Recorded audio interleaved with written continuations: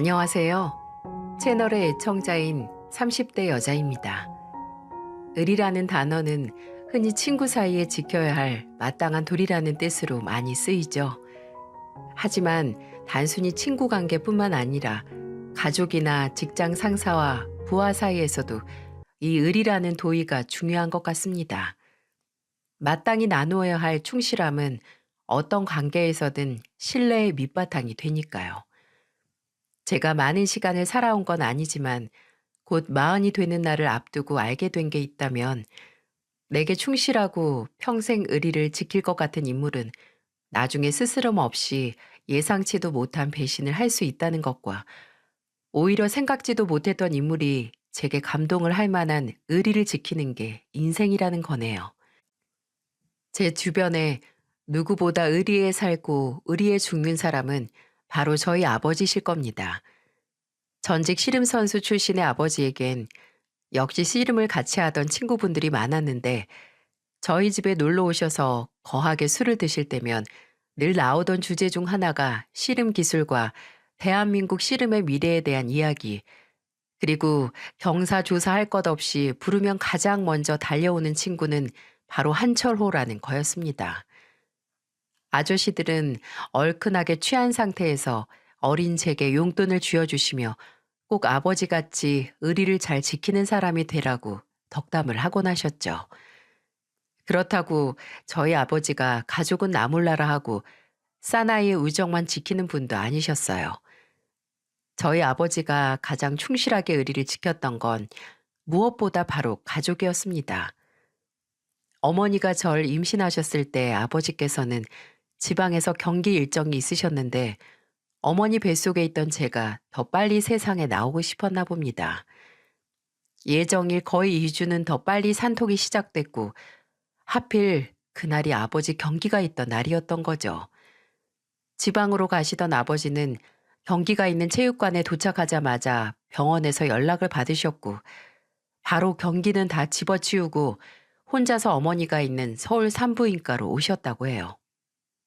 아무리 경기가 중요해도 가족보다 더 중요하진 않다고 하면서 말이죠. 그런 아버지는 저의 정신적인 지주이자 또 누구보다 헌신적이고 가까운 친구 같은 분이었습니다. 평범하다 못해 넉넉하지 못한 형편이었지만 저희 가족은 부모님도 저도 제 남동생도 하나같이 누가 뭐라든 진심으로 응원해주고 서로의 편이 되어줬어요. 제가 중학교 때부터 승무원이 되고 싶다고 했을 때 아버지와 어머니는 세상에 제가 못할 일은 없다고 대단한 용기를 주셨어요. 그런 부모님의 기대와 응원에 힘입어 아쉽게도 메이저 항공사에 취업은 못했지만 저는 저가 항공사에 합격을 해서 당당히 꿈을 이룰 수 있었습니다. 그때부터 아버지의 오래된 폴더폰 배경화면은 승무원 유니폼을 입고 활짝 웃고 있는 제 모습이었죠. 누굴 만나기만 하면 냅다 휴대폰을 펼쳐서 보여주며 우리 큰딸이라고 자랑을 하는 게 아버지의 새로운 취미 중 하나였네요. 세상에서 누구보다 제일 예쁘고 대단한 건 바로 큰딸이라고 늘 제게 상기시켜 주시는 아버지. 그런 아버지가 갑작스럽게 심장마비로 세상을 떠나셨을 때 저는 세상이 무너지는 게 아니라 제 몸속의 뼈가 무너지는 충격과 고통을 느꼈습니다.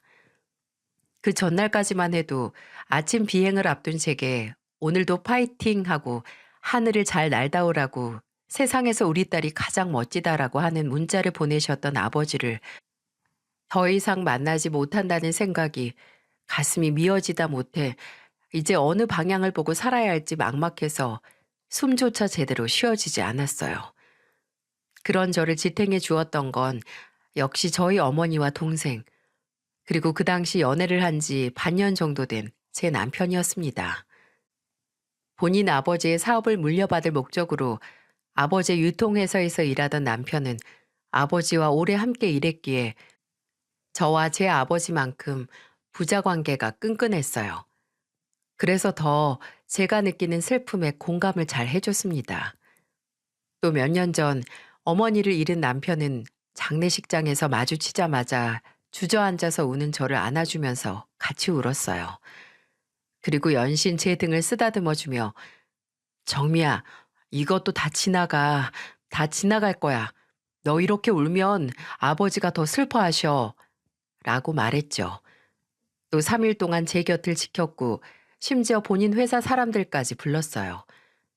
왜 장례식에 조문객이 많고 시끄러울수록 바빠서 상주가 슬퍼할 틈도 없다고 하잖아요.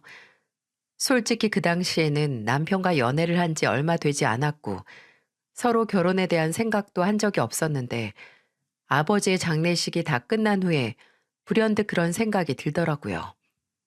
남편이 없었다면 아버지를 보내는 3일을 견디지 못했을 수도 있었을 거라고요. 그리고 남편도 그만큼 저에게 진심이었기에 그런 정성을 쏟을 수 있었던 거였죠. 저희는 그 후 1년 더 연애를 했고 결혼을 할 수 있었습니다. 남편에게는 2명의 시댁 식구들이 있었는데 화통하고 다정한 성격의 시아버지와 경찰 공무원으로 남편보다는 조용하고 신중해 보이는 인상의 시동생이었어요. 시아버지께서는 남편이 저를 결혼 상대라고 소개시켰을 때부터 저를 이미 가족으로 받아들이신 것 같았어요. 남편은 종종 아버지가 너랑 가라고 주셨어 라고 하면서 고급 호텔 레스토랑 식사권이나 또 제 생일에는 남편을 통해서 제게 꽃다발까지 보내셨죠. 이렇게 다정하신 시아버지라면 시집살이는 다른 동네 얘기겠다라고 생각했는데 결혼 전에 생각지도 못한 고민거리가 저를 기다리고 있었더라고요. 하루는 시아버지께서 밥을 사주신다고 저와 남편을 부르셨어요. 메뉴는 당연히 제가 한번 시아버지께 잘 먹는다고 했던 등갈비찜이었고요. 시아버지는 비닐 장갑까지 끼시고 등갈비 뼈에서 살을 발라내 제 앞접시에 놔주셨어요. 한참을 살코기로 배를 불리고 있는데 시아버지께서 이런 말을 꺼내셨어요. 민영이는 지 형보다 먼저 일찍 결혼해서 분가하고 큰 집에서 그나마 장남하고 같이 살아서 적적함은 없었는데 벌써 근영이 저놈 보내고 혼자 살 생각하면 가슴 한켠이 허전하구나. 저랑 근영 씨랑 자주 놀러 갈게 아버님. 그래, 그렇겠지. 근데 그것보다 정미야, 혹시 너만 괜찮다면 근영이랑 결혼하고 집으로 들어와서 사는 건 어떻겠니? 네? 아버님 댁에서요? 그래, 나야 서재도 안 쓰고 안방 하나 쓰니까 너희가 쓸 수 있는 방이 3개나 되고 거실도 주방도 널찍하니 세 식구가 살기에도 넓지. 나중에 손주 태어나도 문제 없고. 아휴, 내가 이런 말 특히 며느리인 너한테 더 부담스러울 것도 알고 나 역시 이런 말 하는 게 약한 모습 보이는 것 같아서 부끄럽다만 염치도 부끄러움도 무릅쓰고 이렇게 부탁하마. 애들 엄마 떠나고 둘째는 일찍 결혼해서 나가 살고 끝까지 남아준 장남 하나 정신적으로 의지하면서 살았는데 그마저도 없으면 내가 정말 힘들 것 같다. 미안하다 정미야. 결혼 전부터 너한테 이런 짐을 쥐어줘서 그냥 잘 한번 생각해보렴. 같이 사는 동안은 너 불편하게 하는 일 하나 없을 거다. 그저 정말 편한 가족처럼 그렇게 의지하면서 행복하게 살았으면 좋겠구나. 시아버지가 정말 좋은 분이고 같이 살아도 괜한 시집살이로 절 힘들게 할 일이 없다는 건 저도 알고 있었어요. 하지만 솔직한 심정으로는 시아버지와 함께 살면서 신혼생활을 하는 게 쉽게 생각할 일은 아니잖아요. 아무리 편해도 조금의 눈치가 보일 테고 잘못하면 내가 사는 집에서 편하게 있을 수도 없을 거고요. 시아버지도 남편도 너무 부담스러워하지 말고 제 선택에 맡기겠다고 했지만 어찌 부담감을 느끼지 않겠어요. 며칠을 고민하다가 저는 어머니께 이 일을 털어놨고 어머니는 씁쓸하게 웃으며 이렇게 말씀하셨어요. 네가 얼마나 잘하고 예뻤으면 그런 제안을 다 하셨겠니. 우리 딸 어른들한테 잘하는 것 때문에 오히려 곤란한 상황 돼서 어떡해? 그래도 저번에 상견례 때 보니까 사돈 어른이 네가 거절한다고 해도 미워할 그런 사람처럼 보이지는 않더라. 용기 내서 제안해 보신 것 같으니까 그냥 신중하게 네 마음 가는 대로 결정해. 네가 무슨 선택을 하던 엄마도 또 송서방도 네 편 아니진 않을 테니까. 알았지? 너한테 뭐가 제일 우선인지 한번 생각해 봐. 어머니의 말씀을 듣고 며칠 더 고민을 했어요. 그리고 결정을 내렸죠. 결혼해서 시댁에 들어가서 시아버지와 함께 사는 걸 말이죠. 아마 제가 무슨 착한 아이 콤플렉스나 결혼 전 너무 시댁의 눈치를 보고 결정했다고 생각하실 수 있겠지만 제게 제일 우선인 게 뭔지 생각하라는 어머니의 말에 이런 결정을 내릴 수 있던 거였어요. 일단 제게 가장 중요한 건 바로 가족이고 또 가족의 빈자리가 무엇으로도 채울 수 없고 나이가 들면 들수록 그 고통과 슬픔은 상쇄되긴 하지만 그리움은 더 커진다는 걸 누구보다 잘 알기에 혼자 사는 게 두렵다는 시아버지의 말을 그냥 흘려들을 수 없더라고요. 나중에 후회하느니 제 불편을 감수하는 게 더 낫겠더라고요. 근데 제가 감수해야 할 불편은 생각보다 그리 심하지 않았어요. 아니, 오히려 시아버지와 함께 살면서 제가 이 정도로 뻔뻔한 사람인가 하는 의문이 들기도 했답니다. 시아버지께서 함께 생활을 하면서 청소나 빨래나 뭐 음식 같은 살림은 신경도 쓰지 말라고 하시긴 했어요. 일주일에 3번 아주머니께서도 오시니까 저도 일을 하는 사람이라서 그냥 나가서 일 잘하라고 집에 오면 그냥 쉬기만 하라고요. 그래도 어찌 정말 아무것도 안 할 수 있겠어요? 그래서 제가 비행이 없어서 쉬는 날이나 일찍 들어오는 날 빨래라도 하자라고 하면 어디서 알고 나타나신 건지 헛기침을 하시면서 제 주의를 딴 곳으로 돌리셨습니다. 지금 TV에서 재미있는 거 하는데 누가 나랑 같이 안 봐주나? 좀 귀여우시죠? 시아버지에 대한 또 귀여운 일을 말해보자면 제가 결혼을 하고 몇 달 지났을 때 시아버지께서 외출이 좀 잦아졌을 때가 있으셨어요.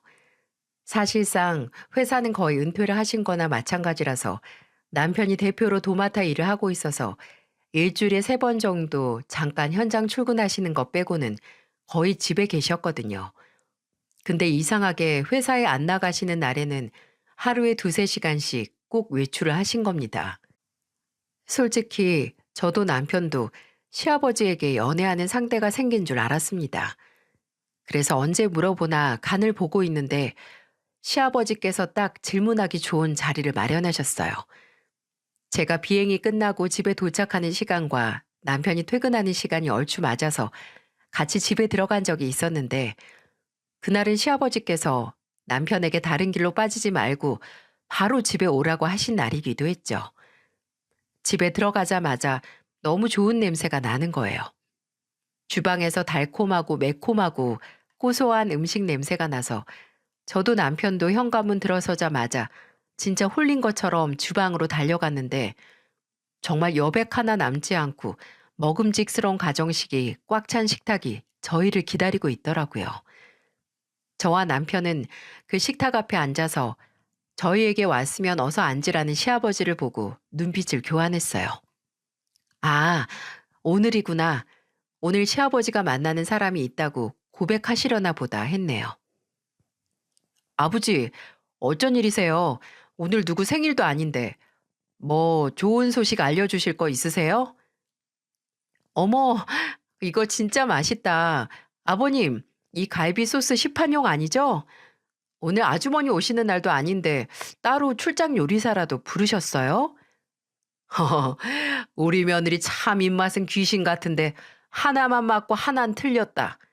시판용 소스 아니라 과일까지 다 갈아서 재운 소스는 맞는데 따로 사람 불러서 만든 건 아니야. 그럼 누가 만들었어요? 내가 만들었다, 내가. 순간, 그럼 지금 만나는 분이 와서 이 음식을 만들었다는 말을 하고 싶은 건가 하는 생각이 들었어요. 근데 저나 남편이나 단단히 오해를 했던 거였어요. 알고 보니 지금까지 시아버지의 외출이 잦았던 건 누굴 만나려는 게 아니라 뭘 배우기 위해서였습니다. 바로 요리학원 등록을 해서 그동안 요리를 배우셨던 거예요. 제가 집에 있을 때 조금이라도 집안일 하려는 게 신경 쓰이셔서 주방 일이라도 아예 전담으로 도맡아 하기 위해 요리학원을 다니셨다는 겁니다.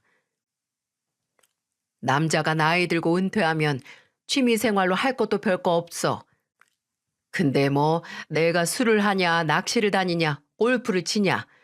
우리 정미 맛있게 먹일 생각에 학원 다니니까 그 학원 선생도 글쎄 나한테 재능이 있다고 늦게 찾았다고 하더라. 이 김에 좋은 취미 하나 생겨서 잘 됐지. 시아버지의 이런 배려는 저를 정말 뻔뻔스럽게 만들었어요. 하루는 제가 쉬는 날 시아버지께서도 집에 계셨는데 저랑 시아버지 둘 다 점심을 좀 늦게 먹어서 저녁을 간단하게 먹기로 했어요. 시아버지께서 저희 어머니께서 보내주신 묵은지가 있다고 김치전을 해주시겠다고 하셔서 저는 거실에서 TV를 보고 있고 주방에서 시아버지가 김치전을 만드셨죠. 고소한 기름 냄새가 나기 시작했을 때 현관문이 열리고 남편이 들어왔는데 그때 남편이 주방에서 나는 기름 끓는 소리와 거실 소파에 거의 눕듯이 앉아서 TV를 보는 절 보고 황당하다는 듯 웃는 거예요. 우리 아버지 진짜 늦둥이 딸 보신 것 같네. 며느리가 아니라 철부지 딸이야, 딸. 그 말을 듣고 저도 놀랐어요. 이미 그런 일상이 제게는 너무 당연시돼서 습관이 된 겁니다. 혹시 저를 이렇게 만든 데에는 시아버지의 공도 있다고 하면 너무 변명처럼 들릴까요? 근데 정말 사실이에요. 저를 정말 딸처럼 대하고 제가 집에서 늘어져 있게 만드시는데 어찌 제가 그렇게 편한 생활에 적응하지 않을 수 있겠어요? 아마 시아버지 본인의 부탁으로 며느리 시집살이 시키는 게 미안하고 혹시 분가한다는 소리 나올까 지극정성을 다하는 거 아니냐는 말을 들을 수 있을 것 같기도 한데 저도 그 생각을 안 했던 건 아니었어요. 근데 제가 결혼하고 2년 뒤에 출산을 했을 때 정말 시아버지가 저를 본인의 딸처럼 아끼신다는 걸 알았어요. 제가 건강한 아들을 출산한 뒤에 시아버지께서는 홀쭉해진 제 얼굴을 보고 우셨습니다. 막 태어난 손주 안아볼 생각도 안 하시고 그저 저를 보고 입을 가리고 우셨어요. 너무 고생했다고 하면서 우셔서 옆에 계시던 저희 어머니도 당황하실 정도였네요. 그때 저는 잊고 있었던 아버지의 무조건적이고 든든한 사랑을 시아버지를 통해 새삼 다시 느낄 수 있었습니다. 그 후에는 합가를 안 했다면 어땠을까 하는 생각을 해요. 이런 행복을 모르고 살았을 수도 있겠구나 하고요. 근데 시아버지가 돌아가신 저희 아버지 비슷하게 느껴진다 한들 왜 상황까지 비슷해지는 걸까요? 제가 결혼을 하고 10년 정도 시간이 흘렀을 때 처음에는 나이가 들어감에 따른 자연스러운 현상이라고 시아버지도 저도 남편도 생각했어요. 시아버지께서는 어느 날부턴가 소화가 안 되고 미미한 복통이 있다고 식사를 거르시거나 평소에 반 공기만 먹기 시작하셨어요. 그래서 그런지 살도 빠지시고 근데 어쩐지 안 먹는다고 해도 너무 급속도로 살이 빠지는 건 아닌가 싶었어요. 저는 시아버지를 모시고 병원으로 갔고 병원에서는 대학 병원에 가서 조직 검사를 받으라는 불길한 대답을 내놨죠. 종교도 없는 제가 그때 제발 아무 일 아니기를 하늘에 얼마나 기도를 했는지 모릅니다. 대학병원에 가면서도 시아버지께 그냥 담담하게 아무 일 아닐 거라고 나이가 있으시니 그냥 확실하게 하려고 그러는 것 같다고 안심을 시키려고 했는데 그렇게 되뇌이는 건 시아버지뿐만이 아니라 저를 자신을 진정시키기 위한 말이기도 했네요. 제 기도는 아무짝에도 소용이 없었습니다. 조직 검사 결과 시아버지께서는 췌장암 2기를 선고받으셨고 아버지가 돌아가신 이래 한 번 무너졌던 제 몸 안의 뼈에 금이 가는 소리가 들리기 시작했어요.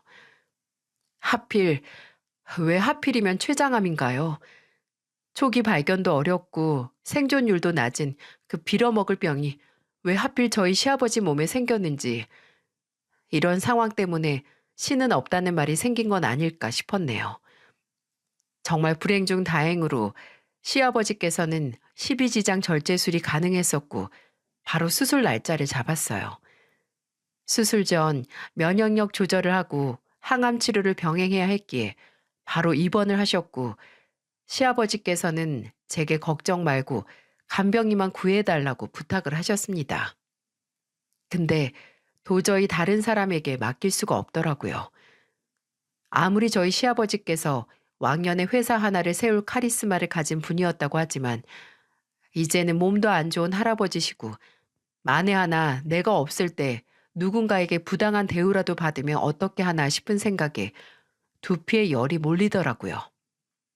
저는 출산 후 일을 그만둔 상태였고, 또 어린 아들도 이제 초등학교에 입학해 평일에 3번 학원에 가는 날에는 끝나는 시간이 얼추 남편의 퇴근 시간과 맞아서 걱정할 건 하나도 없었습니다.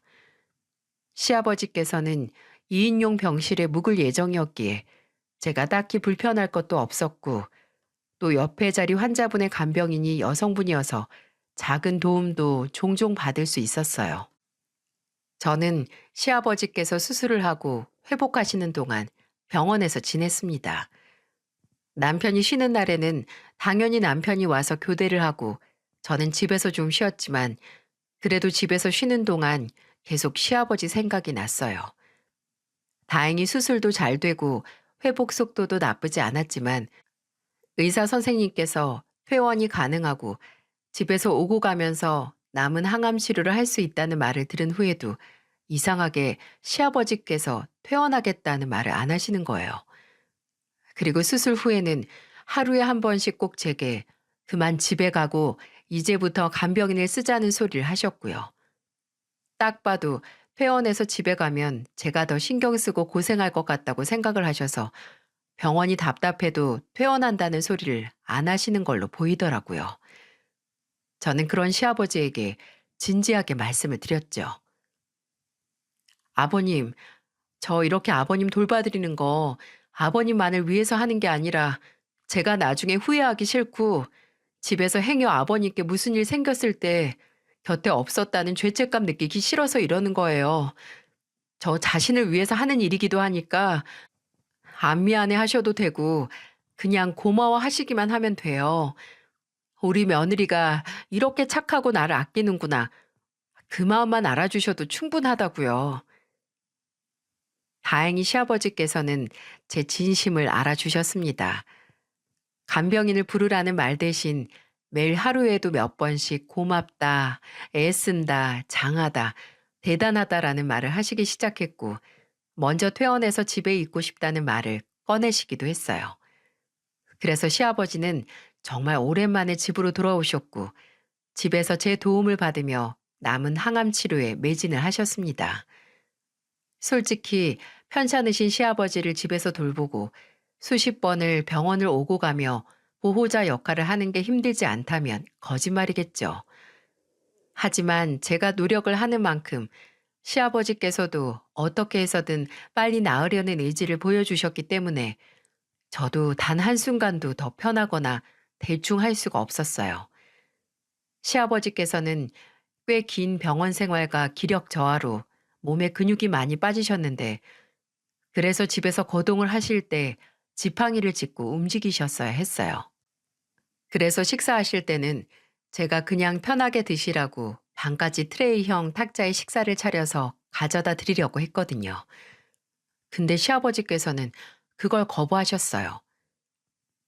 밥 먹을 때만이라도 아프기 전처럼 우리 정미 얼굴 마주하고 같이 먹어야지. 저와 마주보고 맛있는 거 먹을 때만은 본인이 아프다는 걸 잊는다는 시아버지. 그 말을 듣고 난 후에는 늘 주방 식탁에서 시아버지와 함께 밥을 먹었습니다. 시아버지께서 편찮으시기 전 일상처럼 말이죠. 왜 아픈 사람보다 그 사람을 돌보는 사람이 오히려 안팎으로 병이 든다고 하잖아요. 근데 시아버지께서 항암 치료를 받으시고 1년 정도의 시간이 흘렀을 때 다행히 저는 설마 이 순간이 마지막이면 어쩌나 하는 불안감 빼고는 병든 곳이 없었습니다. 차라리 조금이라도 더 시간을 보내면 좋겠다는 생각에 힘든 것도 감수할 수 있었어요. 근데 그 병은 제가 아니라 다른 사람에게 찾아왔더라고요. 거동이 불편해진 시아버지를 옮기고 행여 다치실까 씻는 걸 돕는 것처럼 힘쓰는 일은 남편이 맡아서 했어요. 그래서 시아버지께서 퇴원하신 후에는 계속 퇴근하자마자 집에 와서 시아버지 샤워 수발을 들고 옷 갈아입는 걸 돕고 난 후에 하루 종일 시아버지 곁을 지킨 제게 휴식 시간을 줬던 게 남편이었습니다. 당연히 일 끝나고 쉬지도 못하고 편찮으신 아버지 보는 게 힘들었겠죠. 정말 가족이고 자식이라는 생각으로 버틴 건 저뿐만이 아니었을 겁니다. 근데 생각의 유효기간이 딱 1년이었을까요? 어느 순간부터 남편이 평소보다 늦게 들어오고 술을 마시고 들어오기 시작했어요. 뭐 처음에는 제게 미안하다고 하긴 하더라고요. 거래처랑 미팅 후에 회식을 안 할 수 없어서 그랬다고, 미안하다고, 주말에는 본인이 아버지랑 시간을 보낼 테니 푹 쉬라고 하면서요. 근데 점점 일 핑계로 늦게 들어오는 게 당연해지더라고요. 하루는 시아버지께서 목욕할 때가 된 것 같아서 사우나를 좋아하시는 시아버지를 주말에 함께 목욕탕에 가서 때 좀 벗겨드리는 게 어떠냐고 하니까 뭐라고 했는지 아세요? 당신이 모시고 가. 나도 좀 쉬자. 내가 목욕탕에 아버님을 어떻게 모시고 가? 아니, 입구 앞까지 모시고 간 다음에 들여보내고 아내 세신사한테 맡기면 되잖아. 당신 지금 생각이 있어?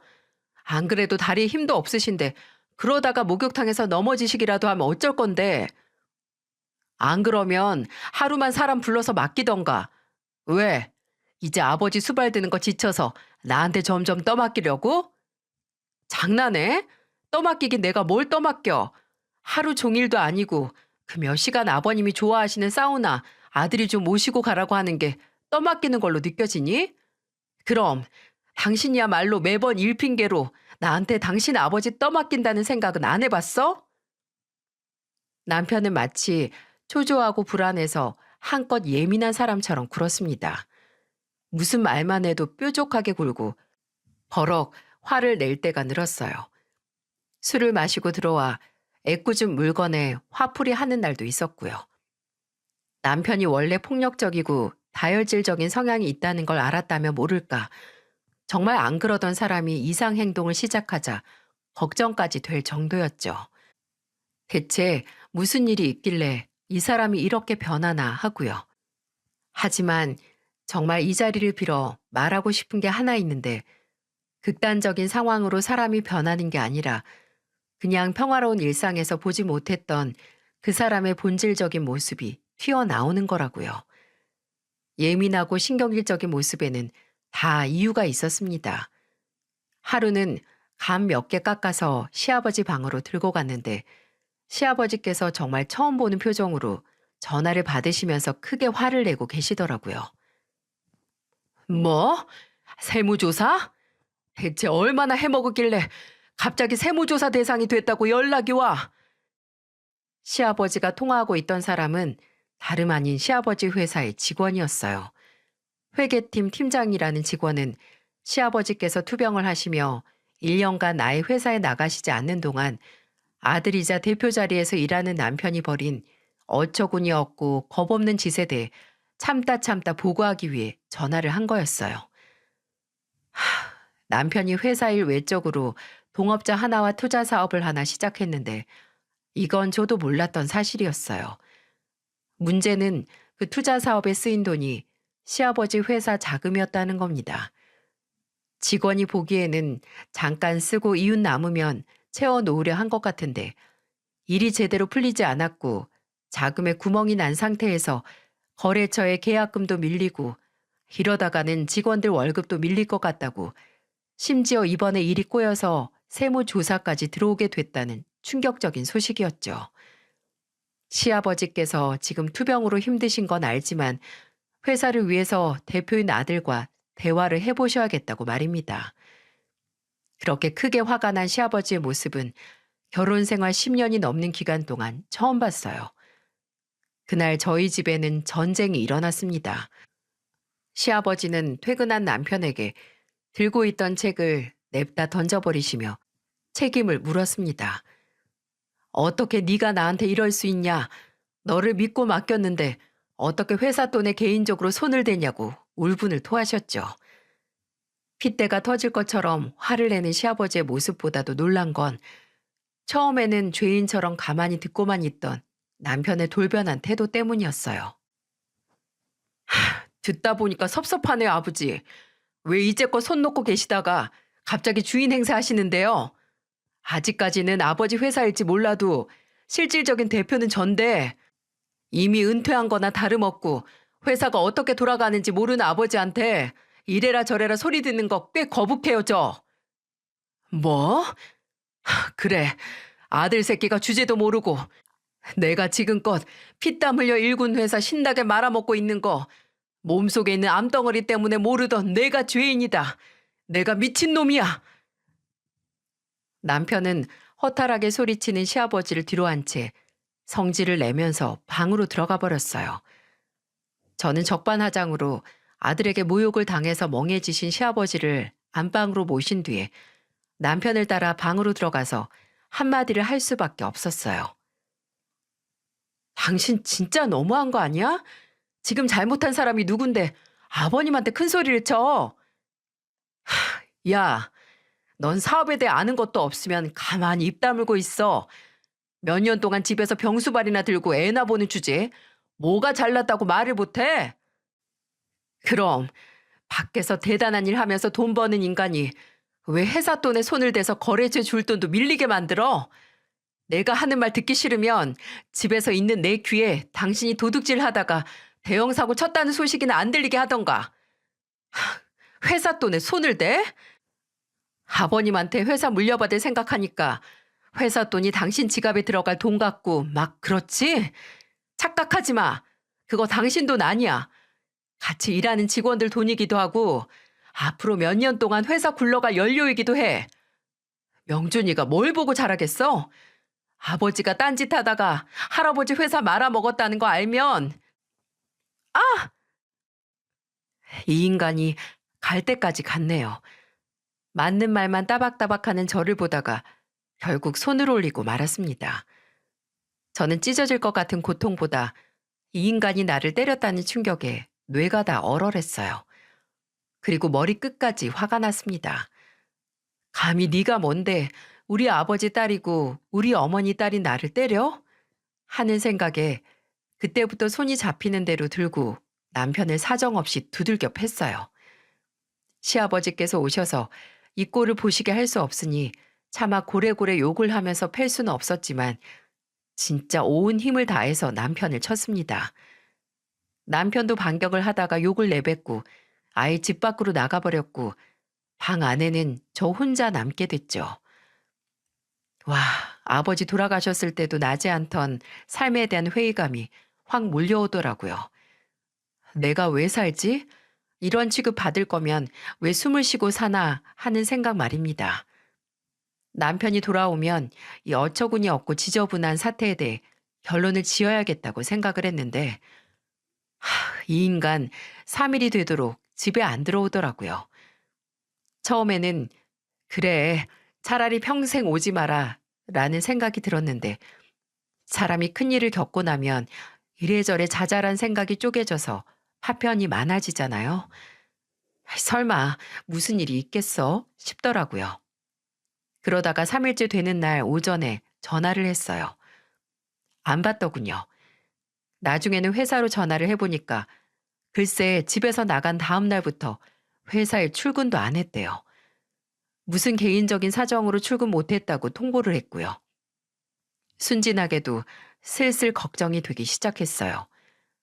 일적으로도 그렇고 저와의 관계도 틀어질 위기니까 설마 나쁜 생각을 한 건 아닌가 싶어서 다시 남편 휴대폰으로 전화를 했습니다. 그때가 오전 11시 반 정도 됐을 거예요. 3번을 해도 안 받다가 드디어 휴대폰 너머에서 목소리가 들려왔습니다. 문제는 그 목소리가 남편의 목소리가 아니라는 것과 젊은 여자 목소리였다는 거였죠. 예, 여보세요? 송근영 씨 휴대폰 아닌가요? 지금 전화 받으시는 분은 누구시죠? 송근영 씨는 어디 있고요? 아, 지금 오빠 자고 있는데 일어나면 이 번호로 전화 왔었다고 전화할게요. 그럼 엿을 이런 식으로 먹이나요? 오빠? 자고 있다? 더 생각할 필요 없이 이 인간이 밖에서 헛짓거리를 하고 있다는 게 명확해졌습니다. 그날 저녁 남편과 싸운 후로는 며칠째 힘이 없으신지 시아버지께서는 일찍 잠에 드셨고 저는 남편을 기다렸습니다. 밤 12시가 다 되는 시간에 정말 태어난 얼굴로 기어 들어오더라고요. 양복 자켓을 침대에 던지면서 옷을 갈아입는 인간에게 말했어요. 집에서는 아내 패고 나가서 다른 여자랑 3일 동안 놀고 오니까 기분이 좀 나아졌니? 바람이 그 지랄병에 도움이 좀 됐어? 말 조심해라 너. 그리고 바람은 무슨 바람이야? 술집에서 잠깐 만난 애랑 시간 좀 보냈다고 바람이라고? 네가 집에만 있다 보니 감이 떨어지긴 했구나. 남자가 일하면 이런 일도 있고 저런 일도 있는 건데 아주 딴 여자랑 눈 맞은 거 아니냐고 쌍심지 켜는 거 보기 추해. 그럼 너는 아버님 사업 복에 겨워 물려받은 주제에 꼴의 대표라고 여자 사서 놀고 다니면서 감이 좀 생겼니? 헛소리 좀 작작해. 너 나가고 나서 회사도 안 나갔다며? 술집 여자랑 노느라고 무단결근한 회사 대표가 왜 그렇게 혓바닥이 길어? 아, 진짜. 저번부터 진짜 주제 넘게 구네. 야, 안 그래도 한번 말하려고 했는데 너 우리 아버지 무슨 담보로 잡고 나한테 이래라 저래라 구는 거 아주 불쾌해? 우리 아버지가 무슨 너 기 살려주는 도구야? 집에서 편하게 쉬면서 아버지 말동무 좀 했다고?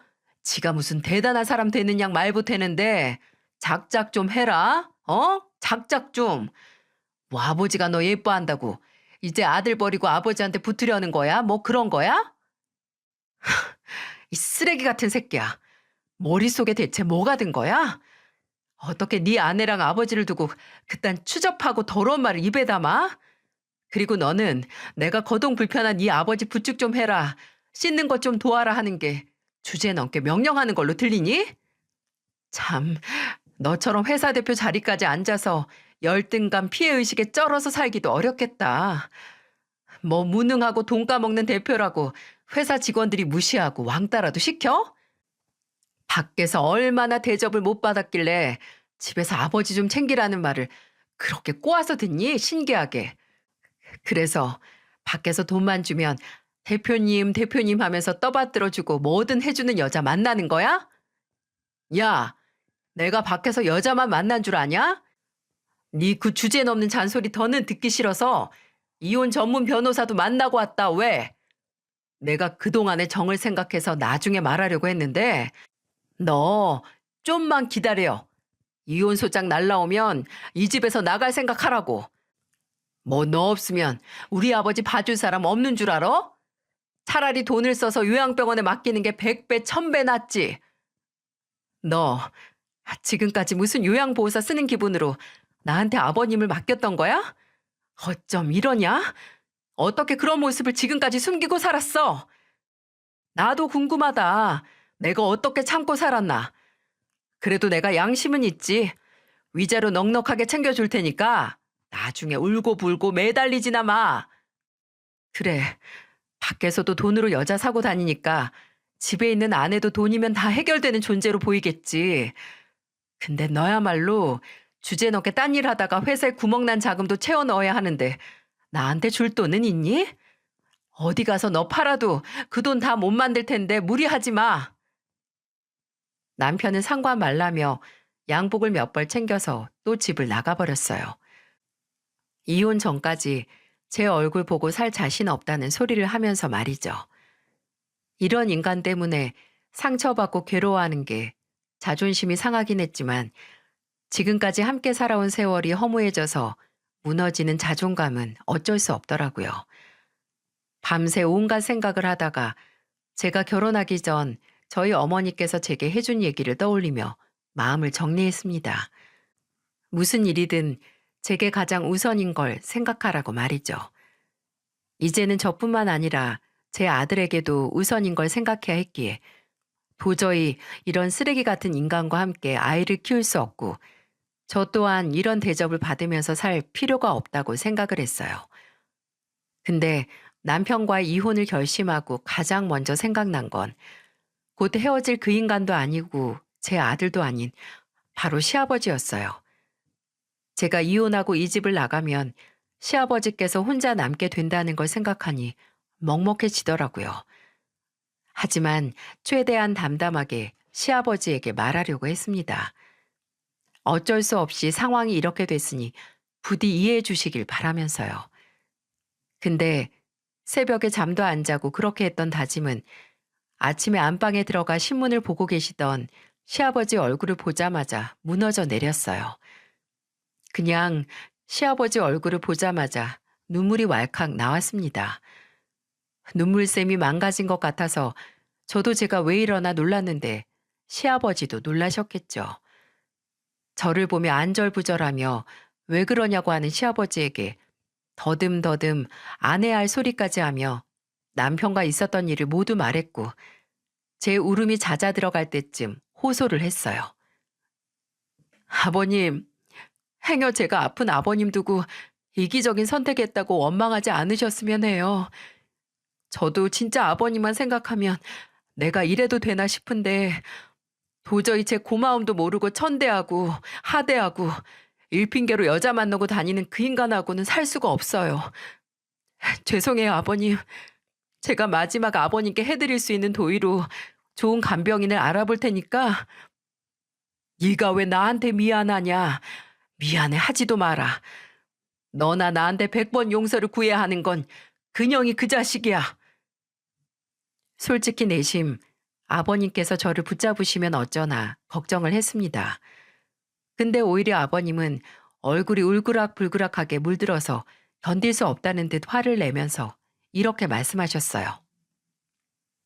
이혼을 해도 이 집에서 나가야 할 사람은 네가 아니라 그 불안당 같은 놈이야. 어디 감히 지주제 여자나 만나러 다니고 일한다는 이유로 널 무시해? 미안하다 정미야.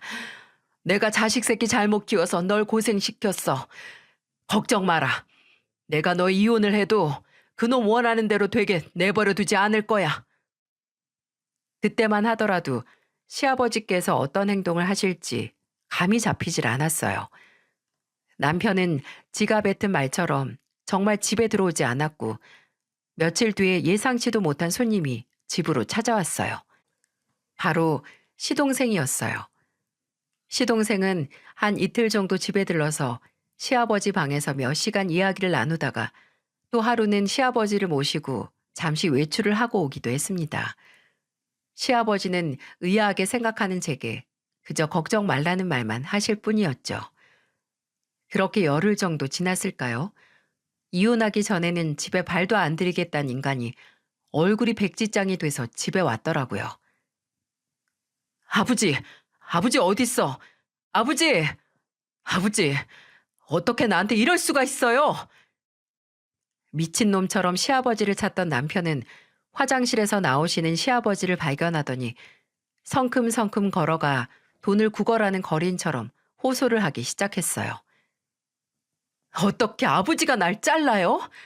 아버지 없을 때 그 회사 맡아서 키운 게 누군데 내 자리를 정리해요, 정리를. 그래, 호랑이 없는 굴에 여우가 왕이라고. 나 없는 사이 네 멋대로 말아먹으려고 했지? 이 자식아, 내가 너 회사에서나 집에서나 하는 꼴을 보고도 가만히 있을 줄 알았어? 내가 뭘 잘못했는데요, 뭘? 회사 돈 문제도 나조차고만 한 게 아니라 다 자금 더 모으려고 하다가 실수한 거고 이혼도 내 문제가 아닌데 왜 다 내 탓으로만 돌리시냐고요? 네가 네 죄 모르는 거 우선 그것부터가 네 죄다. 너같이 문란하고 무능한 놈한테 내가 평생 일궈온 회사 물려줄 수 없지. 그럼 그 회사 어쩔 건데요? 지금 아버지 몸으로 다시 일선에 뛰어들 수 있을 것 같으세요? 내가 어디 자식이 너뿐이냐? 너보다 훨씬 믿을만 해도 내 회사에 관심 없어서 못 준 자식이 하나 있는데 왜 널 못 버릴까? 벌써 민영이랑 다 얘기 끝내놨다. 걔도 내 말 듣더니 도저히 네 손에 아버지 회사 맡길 수 없다고 다음 달부터 일 정리하고 회사 들어와서 일 배운다고 하더라. 회사 직원들 몇몇한테도 말했더니 아주 환영이라고 하더라. 대체 뭘 했길래 회사에 네 편인 직원 하나 없을 수 있냐? 그것도 참 재주다, 재주. 그렇습니다. 시아버지께서 제게 걱정 말라던 말은 본인 스스로 아들인 남편을 절벽에서 떨어뜨리기 위함이었어요. 너같이 가진 거에 만족 못하고 헛짓거리 하다가 가족한테 상처 주는 놈은 내 자식으로 인정하고 싶지도 않다. 40 넘은 자식 독립시키는 아버지 너무 원망하지 마라. 너도 허투루 나이 먹은 게 아니면 세상 어디에 돈 먹고 살릴 쯤은 있겠지. 내가 널 버리는 게 아니라 네가 스스로 갖고 있던 보물들을 쓰레기통에 죄다 내버린 결과니까 받아들여라. 끝까지 추한 몰골 애비한테 보이지 말고. 시아버지께서 아무리 절 아끼신다 해도 남편이 제게 저지른 잘못만으로 이런 결정을 내리시긴 어려우셨을 거예요. 평생 젊은 시절 다 버리고 일군 회사를 아들이란 놈이 벌써 지거신 마냥 조각내는 꼴을 더는 볼 수 없으셨던 것도 있겠죠. 시아버지의 결심은 아주 단호했는지 집에서 남편을 쫓아낸 후에도 제게 이사할 준비를 하라고 하셨어요. 남편이 또 집에 찾아와 저나 시아버지에게 해코지를 하고 매달릴 수 있으니 그 집도 급매물로 내놨다고 하시더라고요. 그리고 저와 제 아들이 생활할 아파트를 구하기 전까지는 잠시 친정에 가 있으라고 하셨습니다. 그리고 시아버지는 앞으로 시동생 부부와 지내기로 했으니 걱정 말라고 하셨고요. 저는 아무리 그래도 앞으로 살 집을 아버님께 받을 수 없다고 남편과 이혼 후에 받을 위자료로 어떻게든 될 거라고 했지만 시아버지는 단호하게 못 박으셨습니다. 정미야, 네가 지금까지 나한테 준 행복으로 치면 아파트 하나가 아니라 건물 한 채를 해줘도 모자라. 근영이 그 새끼한테 받는 위자료는 마땅히 받아야 하는 거니까 받아서 네가 하고 싶은 대로 하고, 집은 이 못난 시애비가 지금까지 고생한 며느리에게 고맙다는 마음을 반의 반도 안 되게 표현하는 것뿐이니까 제발 받아주렴. 네가 그거 안 받으면 내가 나을 병도 안 나을 것 같아서 그런다. 심지어 시아버지께서는 제 이혼 소송 변호사 비용까지 대주셨어요. 진짜 유명한 로펌 변호사로 구해주셔서 그놈을 아주 뭉개버리라고 신신당부까지 하셨어요. 이상하긴 하지만 저는 시아버지의 응원과 도움으로 남편, 아니 그놈과 이혼을 했고 시아버지께서 구해주신 아파트에서 새로운 출발을 하게 됐어요. 일자리도 잃고 가족들에게도 버림받은 그놈은 제가 시아버지에게 아파트를 받은 걸 어디서 들은 건지 득달같이 제게 연락해서 그 아파트를 절반 나누자는 헛소리까지 하더라고요.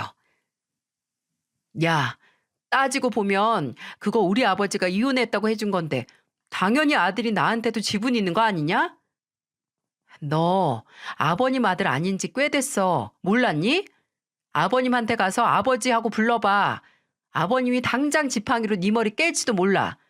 가기 전에 꼭 나 불러. 구경 가게. 10년이 넘는 결혼 생활이 무색할 정도로 이혼 후 모든 게 만족스럽고 후련했지만 이혼 후 단 한 가지 슬픈 점은 역시 시아버지를 자주 만나지 못한다는 거였어요. 심지어 이혼 소송 중에는 그놈이 저지른 일 때문에 시아버지께서 제 얼굴 보기 부끄럽고 미안하다고 안 만나 주셔서 어찌나 서운하고 씁쓸하던지 동서에게 부탁을 해서 몇 번 자리를 만들긴 했어도 그때도 시아버지는 어색하게 눈도 못 마주치셔서 제가 참다가 이런 말까지 했네요. 아버님, 그놈하고 제가 이혼했다고 저랑 아버님 사이가 달라지지 않아요. 평생 절 딸처럼 생각하신다고 하셨으면서 딸을 이런 식으로 버리세요? 저 서운해요, 진짜. 다행히 시아버지께서는 제게 점점 미안한 마음을 거두셨고 나중에는 동서나 시동생이 바쁘면 제가 시아버지를 모시고 병원에 가기도 했습니다. 앞으로 3년 동안은 재발할지도 모르니 꾸준히 경과 관찰과 치료가 필요하지만 이 충격적인 사연에서 가장 다행인 점이 있다면 바로 시아버지의 건강 상태가 점점 호전되고 있다는 겁니다. 호전된 만큼 무섭게 화를 낼 힘도 넘친다는 게 문제이긴 하지만요. 시아버지께는 말 안 했지만 동서에게 저번에 몇 번 이혼한 전 남편이 먼저 연락을 해 다시 합치자는 말을 해와서 귀찮다는 얘기를 했었거든요. 근데 동서가 모르고 그 얘기를 시아버지께 했는지 어느 날 아침부터 제게 전화를 하셔서 그놈 지금 어디 있냐고 가서 그 빌어먹지도 못한 정신머리를 고쳐놓겠다고 분노를 하셔서 제가 알아서 잘 해결했으니 걱정 마시라고 달래느라 혼났네요. 그때 아마 저희 아버지였어도 시아버지처럼 당장 전 남편에게 달려가서 말도 안 되는 생각을 아주 싹을 자른다고 노발대발 하셨을 것 같아서 좀 웃었어요. 함께 평생 부부로서의 도의와 의리를 지키겠다 맹세한 전 남편은 그 맹세에 코를 푸는 것 마냥 시원하게 그 믿음을 저버렸고 시아버지께서 정말 끝까지 저와 제 아들을 책임지는 모습을 보며 인생은 정말 어떻게 될지 알 수 없고 한 가지 비극이 일어나면 다른 곳에서 그 비극을 이겨낼 수 있는 힘을 받을 수 있다는 생각에 이래서 죽으라는 법은 없다는 말이 있나 싶기도 합니다. 지금 제 상황이 제가 결혼을 결심하고 예상했던 모습은 아니긴 하지만 나쁘진 않아요. 아니, 오히려 계획에서 무사히 벗어났기에 더 잘 됐다 싶습니다. 그래도 저희 시아버지라는 큰 자산이자 정신적으로 기댈 수 있는 어른을 만날 수 있다는 생각을 하면 제가 한 고생이 아깝지 않습니다. 그리고 언젠가는 저도 제 아들이 커서 결혼한다고 데려오는 며느리에게 그런 어른이 되고 싶네요. 제가 시아버지께 받은 사랑과 배려를 제 선에서 끝내지 않고 그대로 나누고 싶습니다. 당황스러울 정도로 날씨가 많이 추워졌는데 모두 다시 따뜻해지기 전까지 이 추위를 잘 이겨내시길 바랍니다. 반드시 따뜻해질 테니 걱정 마시고 따뜻한 옷을 입고 따뜻한 음식을 먹고 또 내 마음을 따뜻하게 만들어주는 사람과 함께 따뜻한 시간을 보내시길 바랍니다. 감사합니다. 안녕하세요. 30대의 끝자락을 보내고 있는 여자입니다. 동물들도 사냥을 할 때는 사냥감들이 가장 약할 때를 피한다는 거 아시나요? 주로 야생에서 물을 마시거나 볼일을 볼 때가 포식자가 가장 공격하기 좋은 타이밍이라고 하는데 몇몇 동물들은 이런 때를 피해서 사냥을 한다고 합니다. 하물며 동물도 사냥에 있어서 도덕적인 도리가 있는데 사람으로 태어나 상대가 가장 약할 때를 노려 공격하는 건 단순히 기회주의라고 볼 게 아니라 정말 짐승만도 못한 짓 아닐까요? 일반적으로 아무런 문제 없이 조건이 너무 좋은 결혼 정년기가 넘은 남자를 보면 좀 의아하게 생각을 하잖아요. 처음 제 남편을 만났을 때 남편의 상태가 딱 그랬어요. 저는 남편을 지인이 주선한 소개팅으로 만났는데 지인이 처음 남편을 소개시켜 주기 전에 말하길 너 만나면 분명히 사람 자체에 무슨 하자가 있어서 아직까지 혼자였을 거라고 생각할 텐데 진짜 내 모든 걸 다 걸고 아무런 문제 없는 선배야. 그냥 운이 좀 안 좋아서 결혼할 시기를 놓친 것뿐이라고. 라고 정말 진지하게 말하는 겁니다. 그 말에 오히려 더 의아함을 품고 만나는 자리에서 남편을 보자마자 바로 그 말을 납득하게 됐죠. 키도 크고 얼굴도 호감형의 10년차 중견회사의 회계사로 성과금까지 끌어모으면 1억을 넘는 연봉까지. 왜 이런 조건의 남자가 30 중반까지 만나는 여자도 없었을까 생각해보면 아마 다른 사람들도 성격에 문제가 있을 거라고 생각하실 겁니다. 저 또한 그랬고요. 근데 와, 이 사람은 성격까지 좋더라고요. 처음 본 날 좀 수줍음을 타는 것 같은데 눈을 똘망똘망하게 뜨고 어떻게 해서든 제가 하는 말을 잘 들어서 머릿속에 남기려는 게 눈에 보일 정도였어요. 아, 형석 씨도 공군 나오셨구나. 제 동생도 공군 나왔어요. 아, 3살 차이 나는 남동생 있다고 하셨죠? 은행 다니는. 네, 맞아요. 기억하고 있었네요. 민선 씨가 한 말들은 이상하게 제 머릿속에 쏙쏙 박혀서 남더라고요. 요새 민선 씨 다니는 회사 브랜드 로고만 봐도 민선 씨 바로 생각나고 옷도 민선 씨 회사 브랜드 거에 이상하게 더 눈길이 가더라고요. 오늘 메고 온 넥타이도 거기서 산 건데 알아보겠어요? 말도 참 다정하게 했는데 이 남자의 장점을 알면 알수록 아, 대체 뭐지? 뭐 때문에 아직 혼자였을까? 라는 의문도 커지더라고요. 그래도 괜한 의구심 때문에 이 사람을 놓치면 후회할 것 같아서 차라리 만나보고 후회할 게 생기면 후회하자라고 생각을 했어요. 근데 그런 각오가 우습게 느껴질 만큼 정말 아무런 문제가 없었습니다. 막상 사귀고 보니 오히려 가까운 사이에서 볼 수 있는 단점들보다 장점들이 더 눈에 들어오기 시작했거든요.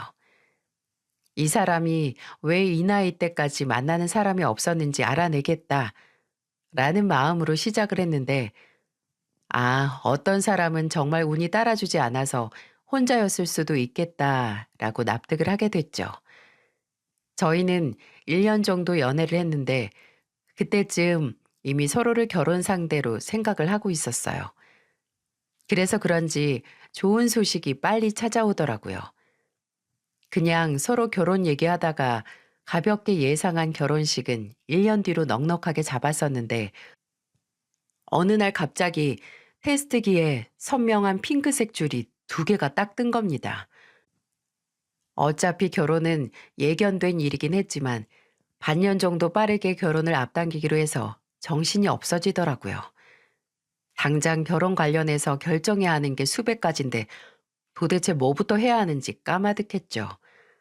근데 책임감이 있고 뭐든 리드하는 남편은 그때도 먼저 예식장 리스트와 손님들 리스트를 먼저 혼자서 정리를 쫙 해오고 신혼집 보러 다니기 좋은 동네도 척척 알아보더라고요.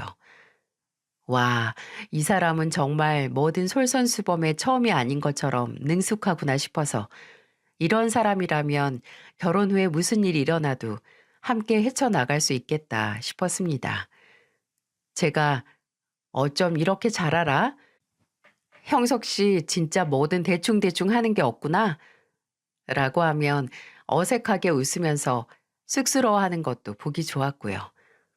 근데 그 능숙함에는 다 이유가 있었더라고요. 하루는 술을 별로 좋아하지 않은 남편이 보기 드물게 취해서 제 집에 찾아왔더라고요. 뭐야? 오늘 회식 있었어? 아니, 그냥 혼자 마셨어. 어머, 왜 안 하던 짓이야? 결혼 전이라고 메리지 블루라도 와서 싱숭생숭해? 아, 그냥, 아니지, 맞아. 민선이 너한테 하고 싶은 말이 있는데 용기가 안 나서 술 좀 먹었어. 순간 올 게 왔다는 생각이 들었어요. 행복한 연애를 하는 동안 점점 잊혀져 갔던 그 화두. 아니, 이 남자가 왜 지금껏 혼자였냐 하는 그 물음에 대한 대답을 결혼이 임박하고 제가 임신을 한 상황에서 들을 수 있다는 생각에 가슴이 두근거리고 이상하게 불안하기까지 했어요. 저는 무슨 말을 하고 싶냐고 진지하게 물었고 남편은 마른 입술을 몇 번이나 달싹이더니 이내 1년 동안 제게 말하지 못했던 진실을 고백했습니다. 사실 민선이 너 만나기 2년 전에 진지하게 만나던 사람이 있었어. 진짜 결혼 직전까지 갔는데 결혼식 한 달 앞두고 파혼당했거든. 사실 그때까지만 해도 아직 서로의 가족을 못 만난 상태였거든요. 철렁했죠. 내 시댁이 될 집안에 무슨 문제가 있길래 이렇게 좋은 사람이 파혼을 당했는지 불안해졌으니까요. 제가 무슨 이유냐고 물어보니 남편은 그 전에 만나던 사람이 남편의 가족들 마음에 안 들어 했다는 겁니다. 그 말에 일단 쉽게 결론을 내리지 않고 남편에게 물었어요. 여보, 물론 이유가 중요하긴 하겠지만 나한테 형석 씨 파혼 사실은 흠이 아니야. 이것만 확실히 해줘. 파혼 이유가 됐던 형석 씨 가족들이랑 나 사이에 문제가 생기면 끝까지 무슨 일이든 내 편 될 거야? 난 파혼 사실보다 그게 더 중요해. 당연하지. 민선이 너랑 결혼을 결심한 이후로 내가 첫 번째로 지켜야 하는 가족은 바로 너야. 무슨 일이 생기든 네 편이 될 거고. 정말 그 말이면 됐습니다. 만약 정말 이상한 가족이라면 그걸 가족들 틈에서 태어나 자란 게 이 사람 잘못도 아니고 사람이 이렇게 좋은데 고작 가족 문제로 저 또한 파혼을 결정할 수 없었으니까요. 남편에게서 단호한 결심을 듣고 저는 또 하나 준비한 게 있었습니다. 바로 결혼 전 시댁에 인사드리러 갈 때 저 혼자 가는 거예요. 그때는 무슨 계기인지 모르겠지만 남편이 없는 자리에서 남편의 가족들의 본 모습을 더 잘 볼 수 있을 것 같더라고요. 남편에게서 먼저 듣기로는 시아버지께서는 소방 공무원으로 일하시다가 은퇴하셨고 시어머니는 계속 가정주부로 계셨대요. 여동생이 있는데 독립을 해서 그날은 아쉽지만 만나지 못했지만 그냥 중소기업에 다닌다고 하더라고요. 일단 얼마 전부터 등산을 하기 시작하셨다는 시아버지께 드릴 등산용 무릎 보호대와 시어머니께 드릴 꽃다발과 제가 일하는 브랜드 회사에서 신제품으로 출시한 화장품 라인 세트를 준비해서 갔어요. 처음 뵌 시아버지께서는 참 푸근하고 말을 잘하는 분이었습니다. 시어머니께서는 처음에는 말수가 별로 없으셔서 주로 시아버지께서 대화를 주도하셨죠. 대체 이 가족에게 무슨 일이 있길래 이전 사람이 결혼 바로 직전에 파혼을 했을까 싶은 정도로 문제가 없이 그저 훈훈한 덕담이 오고 갔는데 갑자기 시어머니께서 일어나셔서 어딜 가시더라고요. 뭐 화장실에 가시거나 주방에서 뭘 더 가져오시나 싶었는데 몇 분 뒤 돌아온 시어머니 손에는 아주 낡아 보이는 노트 몇 권과 A4 용지 몇 장이 들려 있었습니다. 그리고 시어머니는 먼저 낡은 노트부터 제게 펼쳐 보이셨는데 어리둥절한 표정으로 들여다보니 그건 다름 아닌 글씨와 숫자가 아주 빼곡하게 적힌 가계부였어요. 노트는 총 8권 정도로 보였는데 잘 보니까 거기 가계부를 쓴 연도도 다 적혀 있더라고요. 그런데도 왜 제게 갑자기 본인의 가계부를 보여주시는지 몰라서 아무 말도 못하고 있는데 지금까지 말을 아끼던 시어머니께서 입을 여셨어요. 보이지? 이거 형석이가 고등학교 때부터 쓴 가계부야. 여기 보면 애 학원비랑 가회비, 대학 재수할 때 쓴 돈이랑 회계사 자격증 공부할 때 나나 애 아버지가 서포트한 비용까지 다 적혀 있어. 지금 형석이 걔가 잘 나가는 회계사로 떵떵거리는 거? 지가 잘해왔던 게 아니라 파라리 내 덕이라는 거야. 걔가 어려서부터 그렇게 공부머리가 있는 애도 아니었어. 노는 것만 좋아해서 내가 몇 번을 오락실이나 PC방에서 귀 잡아서 찾아왔는지 몰라. 고로 민선 양이 잘 나가는 회계사랑 결혼하는 것도 내 공로가 있다는 거지. 순간 그래서 어쩌라는 걸까라는 생각이 들었지만 아들을 전문직으로 만들었다는 자부심이 대단해 보였기에 아, 네 하고 말았습니다. 제가 납득하는 모습을 보이자 시어머니는 바로 본론을 꺼내셨어요. 네, 들어보니 민선 양도 연봉이 그리 낮지 않은 것 같은데 지금부터 내가 하는 말 듣고 기분 나빠하지 않았으면 해. 어차피 민선 양이 지금부터 뭘 하든 내 아들보다 더 돈을 벌지는 못한다는 거 잘할 거야. 그러니 결혼하면 자연히 경제권을 내 아들이 가져올 수밖에 없겠지. 그러니까 그때 형석이가 나한테 취직하고 매달 꼬박꼬박 주던 용돈 70만 원에 대해서는 결혼하고서도 꼭 지켜줬으면 좋겠고 터치도 안 했으면 좋겠는데 아니 아들 사람 만들어서 성공시켰는데 결혼해서 지가족 생겼다고 당연히 누려야 할 권리를 포기할 수는 없잖아. 안 그래? 길게 말씀하시긴 했지만 그냥 너는 내 아들보다 돈을 많이 못 버니 괜히 돈 문제로 경제권 가져가려고 들지 말고 특히나 본인에게 매달 주던 70만 원에 대해서 간섭 말라는 말이었어요. 뭐 남편이 집에 보내던 생활비 문제는 당연히 남편 문제죠. 근데 이제 결혼해서 경제적인 문제도 합쳐지게 되는데 군말 말고 따르라는 말은 좀 부당하게 느껴졌습니다. 하지만 거기서 미리 문제거리 만들지 않고 차분하게 대답을 했어요. 돈 문제에 대해서는 결혼하게 되면 자연히 경제 공동체로 저와 형석 씨가 묶이게 되는데 그 문제에 대해서 형석 씨와 상의도 하지 않고 심지어 그 사람도 없는 자리에서 저 혼자 알겠다고 대답할 순 없다고 생각해요. 어머님, 어머님 뜻을 이해했으니까 제가 형석 씨랑 충분히 상의를 한 후에 성심성의껏 대답을 드릴게요. 제 대답에 만족을 한 건 시아버지뿐이었어요. 시아버지는 맞지. 형석이 없는 자리에서 말하기 좀 그렇지. 민선이 의견도 형석의 의견도 똑같이 중요한 건데 당신이 너무 성급했어. 라고 하셨고 시어머니는 아주 쎄하고 떨떠름한 표정으로 아무런 대답도 없으셨어요. 그날 저는 남편의 파혼 원인이 시어머니라는 걸 쉽게 알 수 있었습니다. 그리고 이게 그저 시작이라는 것도 알았죠.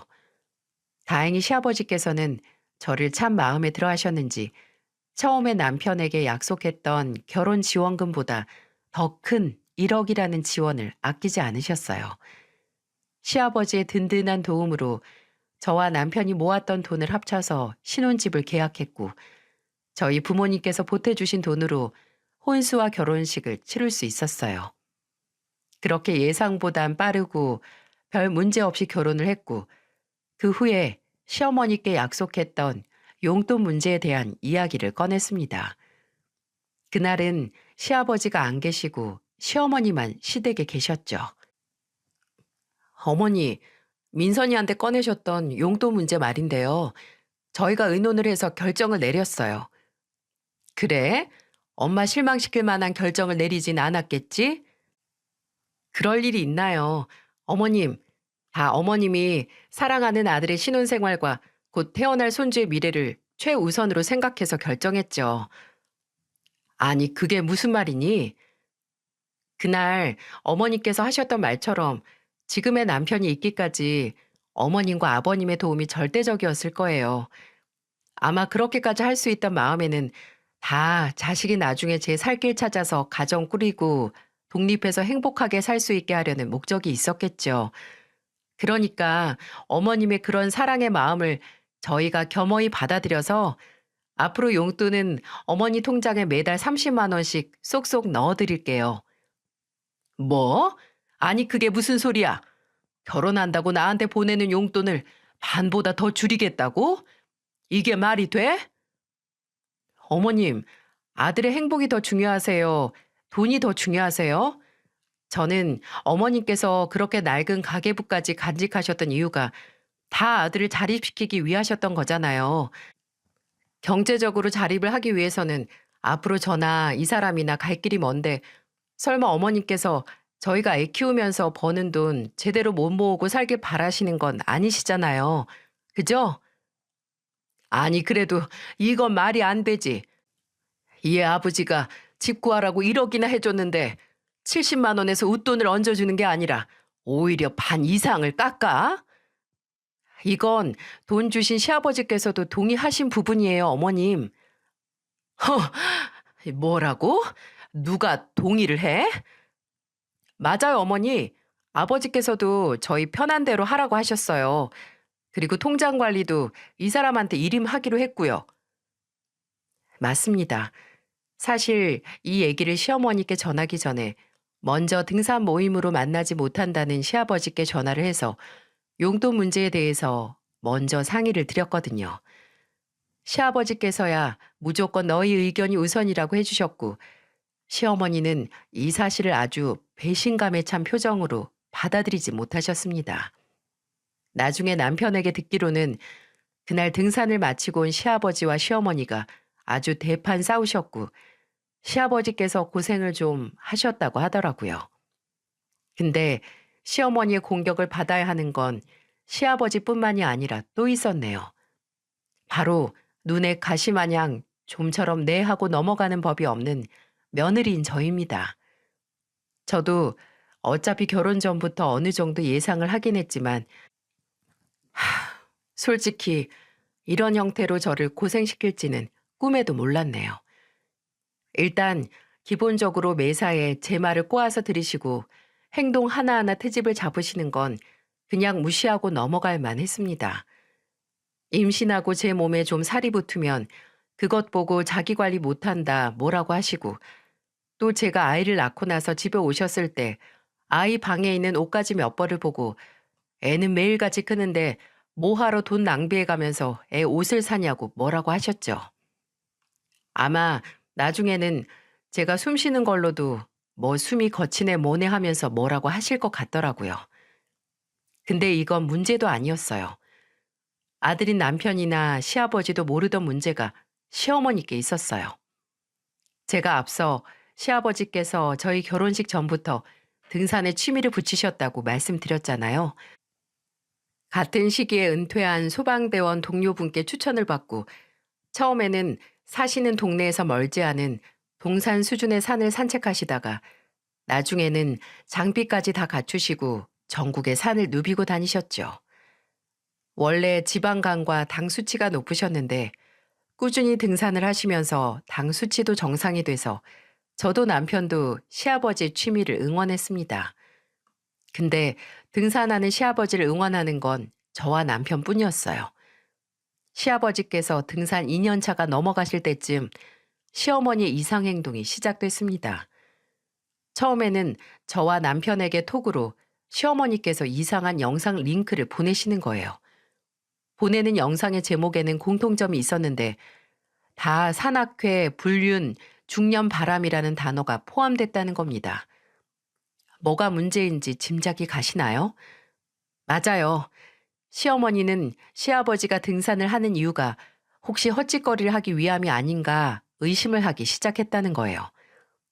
저희에게 그런 영상을 보내면서 너희는 뭐 짐작 가는 증상 없니? 아니, 그렇게 은퇴하고 안 움직이던 양반이 벌써 몇 년째 등산을 다니는 게 이상하잖아. 라고 하시며 동의를 구했다는 겁니다.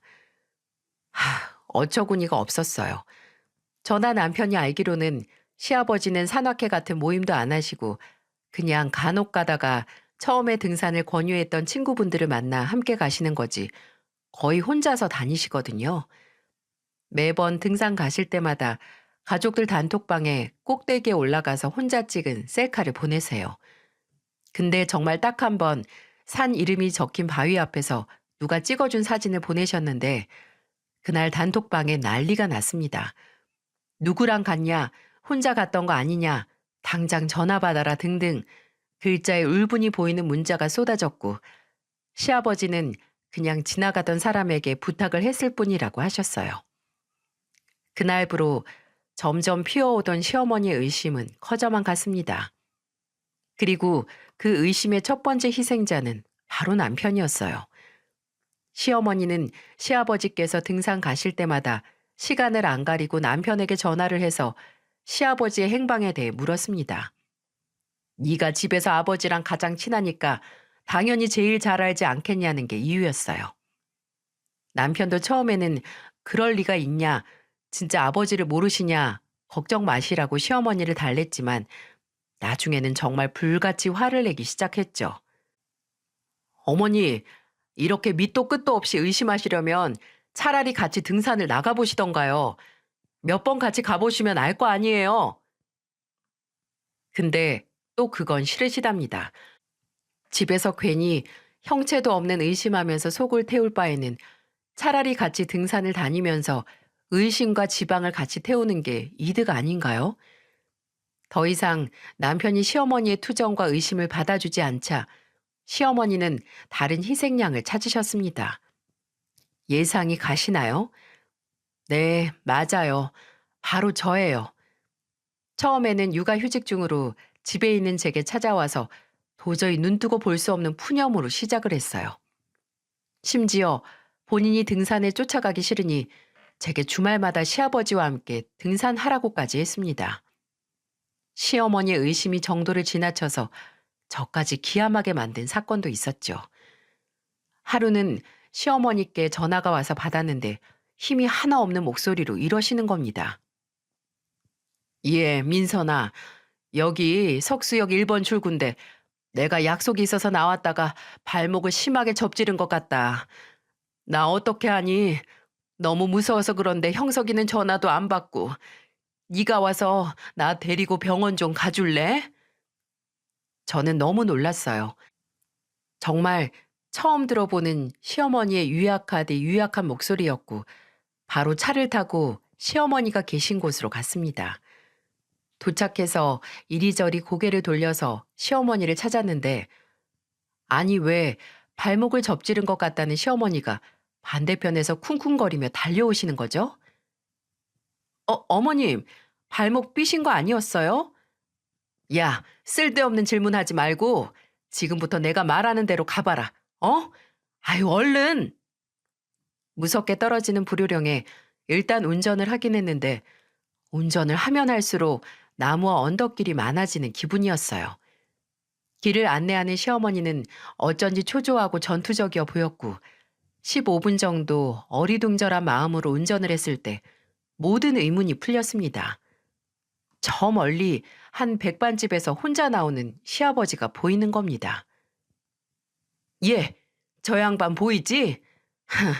운동한다고 등산한다고 가서 밥이나 먹고 또 어딜 가려고 배를 채워? 택시 탄다. 등산하고 택시를 타? 집에 올 거면 그냥 지하철 타고 오면 되지. 얼마나 멀리 가려고 택시를 타? 야야, 저 택시 따라가라. 들킬 수도 있으니까 너무 바짝 붙지 말고. 어머님, 지금 아버님 미행하려고 저 부르신 거예요? 그럼 내가 널 왜 부르니? 아유, 택시 기사들 죄다 제대로 따라붙는 사람이 없어요. 내가 운전 연습을 다시 해서 어디서 차를 빌리던가 해야지 원. 너 안 가고 뭐하니? 이러다 놓쳐. 운전이요? 원한다면 해드리죠. 저는 락을 걸고 운전을 시작했습니다. 문제는 시아버지가 탄 택시를 따라간 게 아니라는 거죠. 시어머니는 어머 어머 너 왜 그쪽으로 가? 좌측으로 빠져야지. 라고 난리를 피우셨지만 저는 아무 말도 안 하고 시댁으로 차를 몰았어요. 차에서 고래고래 소리를 지르면서 너는 하나부터 끝까지 마음에 안 든다. 왜 내 말 한 번을 듣지를 않냐. 이럴 거면 너 안 불렀다라고 하는 시어머니를 싹 무시하고 어느덧 시댁 앞에 도착을 했고 저는 계속 걸고 있던 잠금을 풀면서 말했습니다. 어머님, 심증, 물증 아무것도 없으면서 죄 없는 시아버지 미행하는데 저나 남편 좀 끌어들이지 마세요. 제가 진짜 차라리 상담센터 같은 곳으로 차 돌리려다가 참은 거예요. 네가 뭘 안다고 시애미하는 일에 꼬치꼬치 트집이야? 그러는 어머님은 도대체 뭘 정확하게 하시고 이러시는 거예요? 어머님이 아버님 의심하시는 거 다 아가씨가 어머님한테 그 동영상 보내고 시작된 거잖아요. 이게 또 무슨 소린가 싶으시죠? 사실 시어머니의 의처증 수준에 다다른 의심은 어느 순간 하늘에서 뚝 하고 떨어진 게 아니었어요. 제가 앞부분에 시어머니가 산악회 불륜에 관련된 영상들을 보내기 시작했다고 했잖아요. 근데 알고 보니 그 영상을 시어머니가 스스로 찾은 게 아니라 출처가 따로 있더라고요. 어쩌면 이 일의 근본적인 원흉인지도 모르는 그 출처는 바로 시누이였습니다. 시아버지께서 등산에 재미를 붙이시자 시누이는 무슨 이유에선지 진짜 아무 생각 없이 시어머니에게 불륜 관련 영상을 보여주며 엄마, 우리 아빠도 혹시 산에 가는 게 낙이 아니라 다른 낙이 생긴 거 아니에요? 라는 철없는 문자를 보냈고 그 때문에 시어머니의 의심에 불이 붙기 시작했다는 겁니다. 이걸 안 남편이 시누이에게 불같이 화를 내며 대체 생각이 있는 거냐 없는 거냐 왜 이딴 짓을 하냐고 하자 시누이는 태연하게 이렇게 말하더군요. 내가 뭘 처음에는 장난으로 보낸 거긴 한데 엄마도 무슨 촉이 있으니까 더 저러시는 걸 거 아니야. 심지어 한술 더 떠서 문제의 원인인 시누이는 아예 시어머니의 의심에 더 불을 지폈습니다. 저나 남편이 시어머니의 의처증을 상대하지 않자 아예 어머니를 모시고 시아버지 뒤를 밟기도 했고요. 저와 남편이 정말 화가 났던 건 가족들이 다 모인 자리에서 이제 막 말을 떼기 시작한 제 딸까지 끌어들였다는 거였어요. 수정아, 저기는 할아버지 핸드폰 좀 가져와 봐. 할아버지 핸드폰 주세요 하면서 지 아버지 휴대폰을 검사한다고 손녀인 제 딸에게 심부름을 시키는 시누이. 이걸 본 남편이 진짜 너무 화가 나서 나중에 시누이가 결혼하면 도와주기로 약속했던 결혼자금 3천만 원을 주지 않겠다고 하자 그제야 문제의 심각성을 알았는지 넙주고 엎드려 더 이상 시어머니 의처증에 말을 보태지 않았어요. 야, 윤지영, 너 한 번만 더 이 문제로 말 보태면 너 결혼할 때 내가 주기로 한 3천만 원 없던 얘기 될 줄 알아? 알아들어? 아니, 오빠, 그런 게 어딨어. 그거 어차피 세연이한테도 허락받은 돈이잖아. 그게 무슨 상관이야?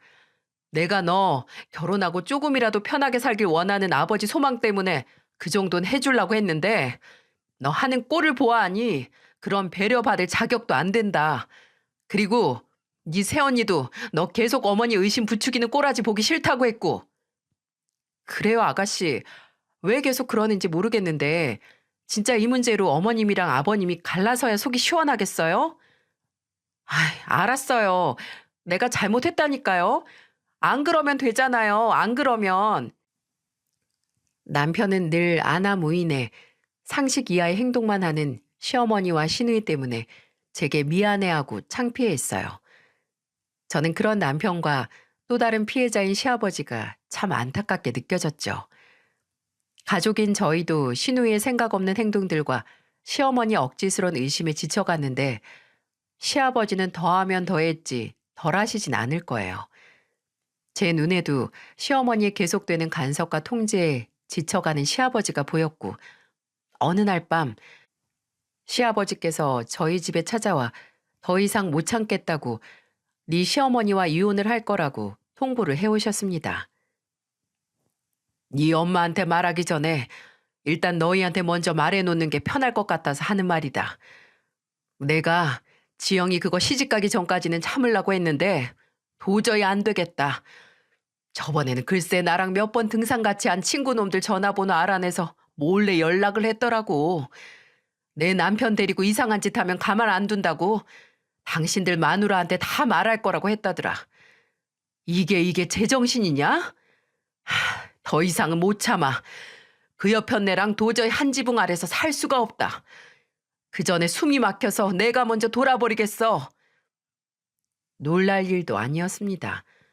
어떻게 해서든 중간에서 중재를 하려고 했던 저와 남편도 언젠가는 시아버지께서 폭발하실 거라는 걸 예상은 했거든요. 남편은 차라리 아버지가 안 참는 게 더 낫다고 이렇게 살다간 아버지께서 병 걸리셨을 거라는 말을 했고 저도 동의를 했습니다. 저도 힘 빠졌던 건 시아버지가 이혼을 하겠다고 하자마자 시어머니와 시누이는 기다렸다는 듯 시아버지가 불륜 때문에 이혼을 한다고 기정사실화했다는 겁니다. 내가 뭐라고 했어, 내가. 분명히 산탄다고 유난을 떨 때부터 내가 알아봤지. 누구야? 어떤 여편네를 만났길래 평생 같이 산 마누라를 버리겠다고 하는 거냐고. 당신 마음대로 생각해. 당신이 그 어떤 이유를 갖다 붙인다고 한들 내가 당신하고 이혼한 이유는 당신의 그 답도 없는 성격 때문이니까. 고작 딸년이 보낸 무슨 동영상인지 뭔지로 한평생 부끄러운 짓 한 적 없고 충실했던 남편을 바람둥이로 몰아? 이제 당신이 나를 어떻게 생각한다고 해도 아무런 의미도 없고 설명하고 싶지도 않아. 그렇게 두 분은 끝내 이혼을 하셨습니다. 시아버지는 이제 시어머니와 싸울 힘도 없다며 그냥 모아두셨던 돈과 저와 남편의 도움으로 방 하나 있는 아파트를 구해 나가셨고 시댁에는 이혼 후에도 분을 삭히지 못하는 시어머니 혼자 남게 됐죠. 그리고 두 분의 이혼 후에 자연스럽게 파가 갈라지게 됐습니다.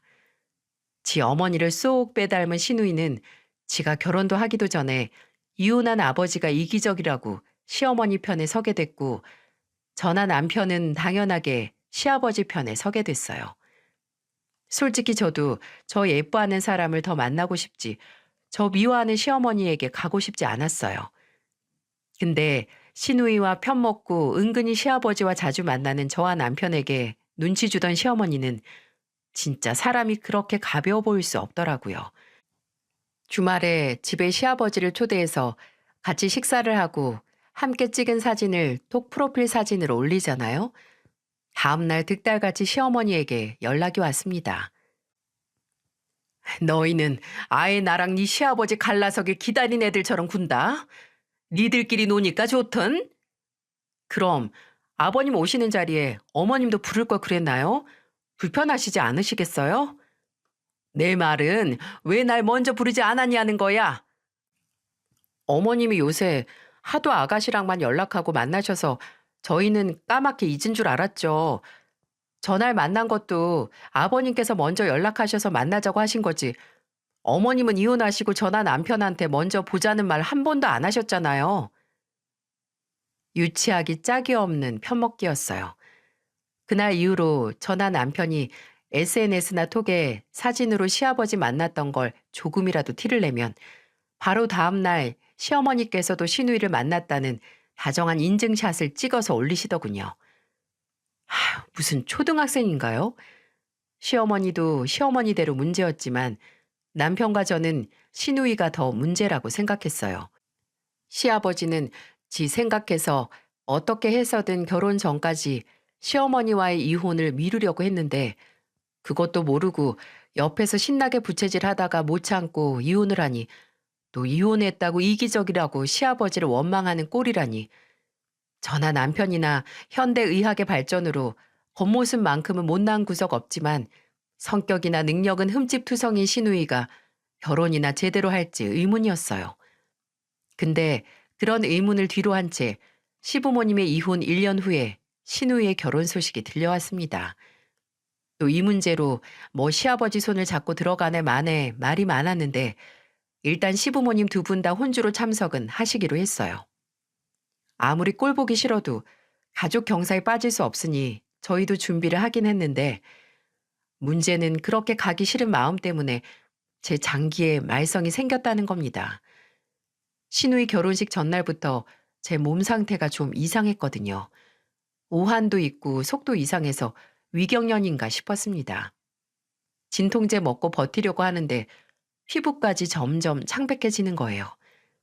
남편이 아무래도 이상하다고 함께 새벽에 응급실에 갔는데 아랫배 통증이 심해지더라고요. 원인은 맹장염이었습니다. 그냥 늘 오는 위경련이겠지 싶었는데 맹장이라니. 새벽에 바로 수속 밟아서 입원하고 다음 날 가장 앞에 타임에 수술 시간을 잡았어요. 바로 수술을 밟는다고 해도 시누이 결혼식에 참석을 못하는 건 뻔하고 남편도 안 가겠다고 저 수술하는 거 기다리겠다고 하는 걸 뜯어 말렸습니다. 저희 둘 다 빠지면 시어머니께서 가만히 있으시겠어요? 그냥 저 수술 들어가는 것만 보고 집에서 후딱 준비하고 다른 친정에 맡긴 다음에 결혼식 갔다 오라고 했습니다. 수술 끝나고 회복실에는 혼자 있거나 친정 식구들 중에 한 명이 와 있으면 되는 거니까요. 그날 아침에 저는 생각보다 추운 수술실에 들어갔고 몇 시간 뒤 회복실에서 눈을 떴어요. 와, 저는 그냥 수술한 부위 중심으로 통증이 있을 거라고 생각했는데 쇄골뼈, 어깨, 허리, 엉덩이 뼈까지 안 아픈 곳이 없는 거예요. 남편한테 호기롭게 나 혼자 있어도 괜찮다고 했던 게 무색할 정도로 어마어마하게 아팠고 그 통증 때문에 무섭기까지 했습니다. 급하게 동생을 불러서 동생이 옆에서 수발을 들어줬고 정말 화장실도 못 갈 정도로 통증이 계속됐어요. 회복실을 떠나 일반 병실로 옮겨질 때는 마약성 진통제를 서너 방이나 놔서 통증이 덜하긴 했지만 어지럽고 메스꺼운 건 나아지지 않았습니다. 쇄골이랑 가슴뼈도 아파서 숨 쉬는 것도 힘들었고요. 일반 병실에 옮겨진 후 조금 있다가 남편에게 예식 다 끝났다고 금방 도착한다는 전화를 받고 중요한 약속 있는 동생을 보내고 한동안 혼자서 진통제에 취해서 잠만 잤어요.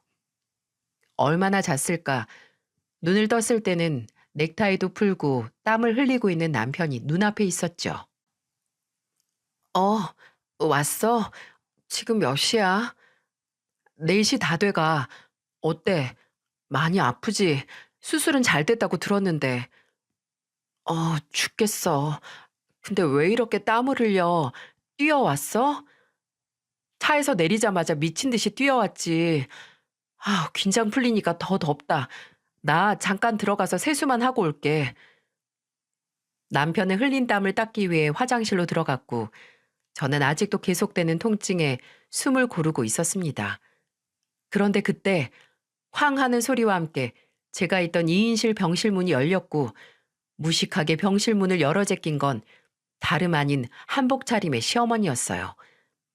아무리 봐도 수술한 며느리가 걱정돼서 딸 결혼식 끝나고 달려온 모습이 아니라 표정만 보면 10년치 떼먹힌 돈 찾으러 온 빚쟁이 가까웠어요.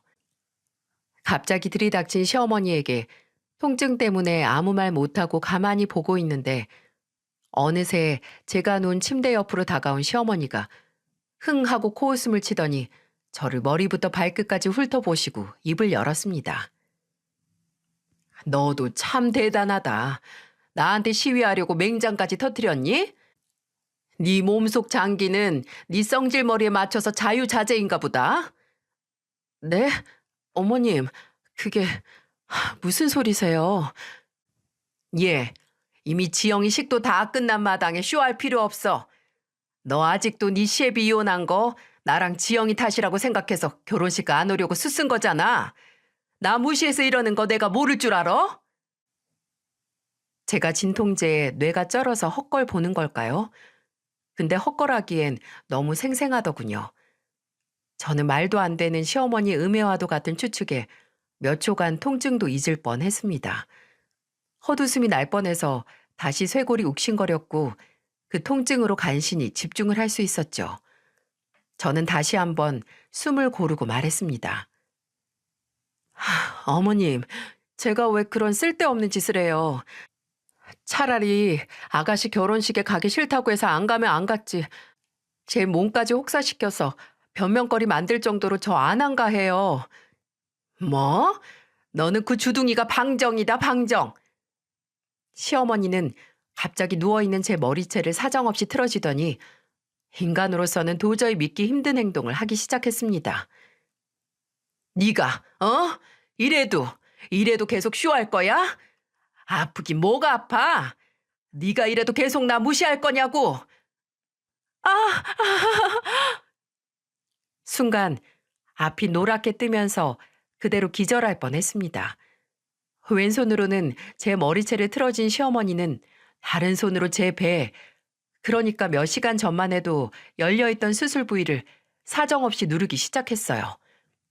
바람만 불고 살짝 뒤척거리기만 해도 욱신거리는데 거기에다가 시어머니의 매서운 손길이 느껴지니 딱 죽기 직전까지 아프더라고요. 병실에는 제 비명소리가 울려 퍼졌고 다급하게 화장실에서 나오던 남편의 고함 소리가 들렸습니다. 지금 제정신이에요? 이게 뭐 하는 짓이에요? 제 앞에 있던 시어머니는 순간 휘청하는 힘에 휩쓸려서 그대로 뒤로 꼬꾸라졌어요. 남편이 시어머니를 잡아채서 냅다 바닥에 굴려버린 거예요. 저는 식은땀을 쫙 빼고 눈에는 눈물을 한 주먹 글썽거리며 숨을 몰아쉬었어요. 남편은 제게 와서 상태를 살폈고 이내 바닥에 자빠져서 일어날 생각 안 하는 시어머니를 무섭게 노려보며 고함을 쳤습니다. 드디어 갈 때까지 간 거예요?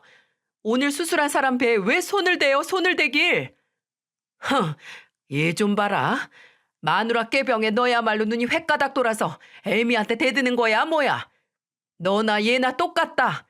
아주 지 아버지 편이라고 애미는 안중에도 없고 마누라가 시누이 결혼식 가기 싫다고 병원에 자빠져 있는 걸 보고도 가만히 있어? 너 어디 가서 내 아들이라고 하지 마라. 네, 듣던 중 반가운 소리네요. 저도 이제 어머니 아들 하기 싫어요. 언제까지 그렇게 사실 건데요? 모든 게 다 남 탓이고 진짜 더 이상은 못 참겠네요. 갈수록 사람 못 믿고 속에서 이상한 의심만 키우는 어머니 아들 못 하겠으니까 차라리 서로 없던 것처럼 살아요. 평생. 제 비명소리와 남편과 시어머니의 싸움소리에 간호사 선생님들이 놀라서 뛰어왔고 식은땀을 잔뜩 흘리고 숨도 제대로 못 쉬는 저와 남편이 하는 상황 설명을 듣고 시어머니를 무섭게 질타했어요. 어떻게 절대 안정을 취해야 하는 환자 병실에 들어와서 소란을 부리고 오늘 수술한 환부까지 손을 대요. 안 되겠어요. 당장 안 나가시면 병원 경비 불러서 조치를 취할 테니까 그렇게. 아니요. 선생님, 그러실 필요 없어요. 그냥 제가 경찰 불러서 해결하겠습니다. 병원 내 경비를 부른다는 간호사 선생님의 말에 남편은 한술 더 떠서 진짜 경찰까지 불렀어요. 설마 진짜 부르겠어? 하고 안일하게 생각하던 시어머니는 정말 15분 정도 뒤에 나타난 경찰들 손에 이끌려서 병실에서 쫓겨났습니다. 경찰에게 이건 특수폭행이고 스스로 환자의 수술 부위를 건드렸다고 거의 살인 미수라고 주장하는 남편에게 시어머니는 끌려가면서도 뭐 후레 자식이니 빌어먹을 놈이라느니 거의 저주에 가까운 욕을 했죠. 저는 일주일 뒤에 퇴원을 했고 퇴원 후에도 오래 걷지 못해서 한동안 집에서만 생활을 했어요. 그전에는 별것 아닌 수술이라고 한다면 그냥 맹장 수술이라고 생각을 했는데 제가 멍청했죠. 진짜 고생 많이 했네요. 그리고 제가 다른 맹장 수술을 한 환자들보다 더 고생을 했던 이유 중 하나인 시어머니는 정말 연을 끊겠다는 남편의 말처럼 저희와 연락을 뚝 끊으셨습니다. 심지어 전혀 반성이나 후회하는 기색도 없이 남편에게 전화를 해서 이러셨어요. 아이고, 누가 너랑 연 끊는다고 하면 무서워할 줄 아냐? 내가 자식이 너뿐인 줄 알아? 나도 너같이 애미 귀한 줄도 모르고 지혜비 쏙 빼닮은 아들놈 트럭어도 줘도 싫다. 말대답만 하는 며느리도 애초에 없는 게 나았고. 너는 평생 네 마누라랑 아버지랑 보고 살아. 나는 내 딸이랑 살 거니까. 기세등등하게 이제 시누이 하나만 가족으로 생각하고 살겠다는 시어머니. 근데 과연 시누이도 시어머니와 같은 마음이었을까요? 저도 시어머니를 그렇게 좋아한 건 아니지만 그런 저도 씁쓸하고 안타까웠던 건 시어머니가 시누이에게 고작 3천만 원 때문에 배신을 당했다는 거예요. 병원에서 있었던 일 후에 남편의 시어머니에 대한 분노와 함께 시누이에 대한 분노도 함께 커졌어요. 애초에 시어머니가 이상해진 데 일조한 게 시누이고 그런 시누이에게는 아무리 그 전에 약속을 했어도 땡전 한 푼 안 주고 싶다는 게 남편의 의견이었죠. 돈을 못 주겠다는 남편의 변심을 시누이는 납득하지 못했고 신혼여행에서 오자마자 저희 집에 찾아와서 약속한 3천만 원을 내놓으라고 발광을 하더군요. 오빠랑 틀어진 건 엄만데 왜 내가 피해를 봐? 약속을 했으면 지켜야지. 너 같으면 어머니 옆에 딱 붙어서 괜한 소리만 짓거려서 이 문제 키운 애한테 돈 주고 싶겠냐? 애초에 내가 너랑 무슨 계약서를 썼어? 뭘 썼어? 나한테 돈 맡겨놨어? 나 이미 오빠한테 돈 받을 거 생각해서 혼수로 지배드린 가전제품이나 가구들 다 카드로 긁었단 말이야. 할부해, 할부. 아니면 이제 너밖에 없다는 어머니한테 가서 달라고 하든가. 그럼 오빠 혹시 내가 엄마한테 오빠랑 세원이한테 사과하라고 하면 돈 줄 거야? 어찌 이리도 이기적일 수 있는지 시누이는 받기로 한 3천만 원 때문에 시어머니와의 의리를 저버렸습니다. 하지만 결과는 좋지 못했어요. 시누이는 남편에게 전화를 해서 엄마가 절대 사과 못한다고 이런 소리 할 거면 너도 나랑 인연 끊자고 했다고. 그래도 시도는 했으니까 3천만 원의 절반인 1,500만 원이라도 달라는 소리를 하더군요. 저도 남편도 경악을 했어요. 고작 3천만 원 때문에 본인 어머니와의 관계를 포기하는 시누이를 보고 차라리 시어머니가 더 불쌍하다는 생각까지 하게 됐네요. 당연히 남편은 애초에 어머니가 네 말 듣고 나나 아내한테 사과를 했어도 너한테 1,000만 원도 안 줬을 거라고 못을 박았고 그 말도 받아들이지 못한 시누이는 저에게까지 전화를 해서 울면서 제발 그 돈 없으면 안 된다고 오빠 좀 설득해달라고 싹싹 빌더군요. 앞으로 절대 문제 만들지 않겠다고 미안하다고 하면서 말이죠. 결과적으로 시누이하고도 아예 연락을 안 하게 됐어요. 나중에 이 얘기를 들은 시아버지는 제게 미안하다고 눈물을 보이셨습니다. 괜히 나랑 그 사람 문제에 너희까지 끌어들인 것 같아서 내가 다 미안하다. 민선아, 미안하구나. 그렇게 아픈 걸 어떻게 참았어.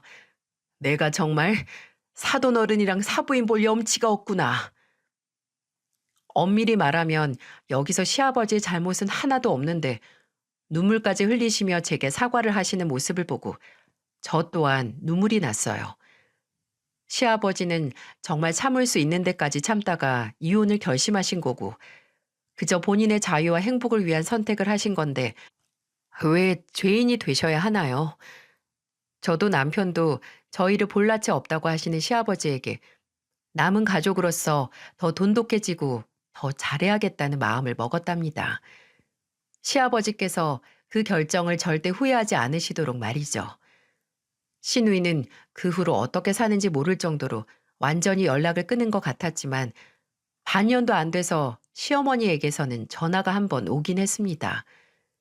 저랑 남편이 딸을 데리고 외식을 하는데 남편 휴대폰에 모르는 번호로 전화가 왔고 별 생각 없이 전화를 받은 남편의 얼굴이 한순간 싸악하고 어둡게 가라앉더라고요. 왜 전화하셨는데요? 이제 저희는 필요 없으시다면서요? 그러게 왜 걔한테 그 돈을 해줘요? 걔가 올해 몇 살인데. 그걸 저한테 말씀하실 필요 없고요. 돈 받아간 하나뿐인 딸 윤지영한테 말씀하세요. 더 이상은 연락하지 마세요. 끊겠습니다. 남편이 세상 쌀쌀맞게 전화를 받은 건 시어머니였어요. 시어머니는 엄마 때문에 오빠가 3천만 원을 안 준다고 난리를 피우는 시누이에게 끝내 대출을 받아서 그 돈을 줬다고 해요. 근데 남편과 아예 연을 끊고 매달 받던 용돈도 못 받고 있는 시어머니는 지금 그 대출 이자를 못 내고 있다고 도와달라고 연을 끊은 아들에게 연락을 해온 겁니다. 이혼한 지 애비 닮았다고 꼴도 보기 싫다고 했던 사람이 또 가장 필요할 때는 아들에게 매달려 오는 모습이란 화가 나기도 하고 씁쓸하고 짜증도 솟구쳤어요. 다행히 남편은 대수롭지 않게 그 전화에 의미를 두지 않았고 누구보다 단호하고 흔들림이 없었습니다. 그냥 앞으로는 더 이상 복잡한 생각하지 말고 저와 딸 그리고 시아버지를 포함한 우리 가족만 생각하고 살자고 했어요. 지금도 순간순간 이 모든 게 아무것도 아닌 그 의심 하나에서 비롯됐다는 생각을 하면 소름이 확 하고 끼쳐요. 하지만 시어머니와 시누이가 지금까지 가족들에게 해온 행동을 생각해 보면 어쩌면 이 모든 게 당연한 결과라는 생각도 드네요. 또 동시에 저도 결혼 전 결혼 정년기가 넘은 남편에게 무슨 문제가 있는 건 아닌지 의심하다 내 짝이 될 뻔한 사람을 놓쳤을 수도 있었기에 참 의심이라는 게 한 번 시작하면 정말 끝도 없어서 차라리 발을 안 들여놓는 게 상책인 건 아닌가 싶습니다.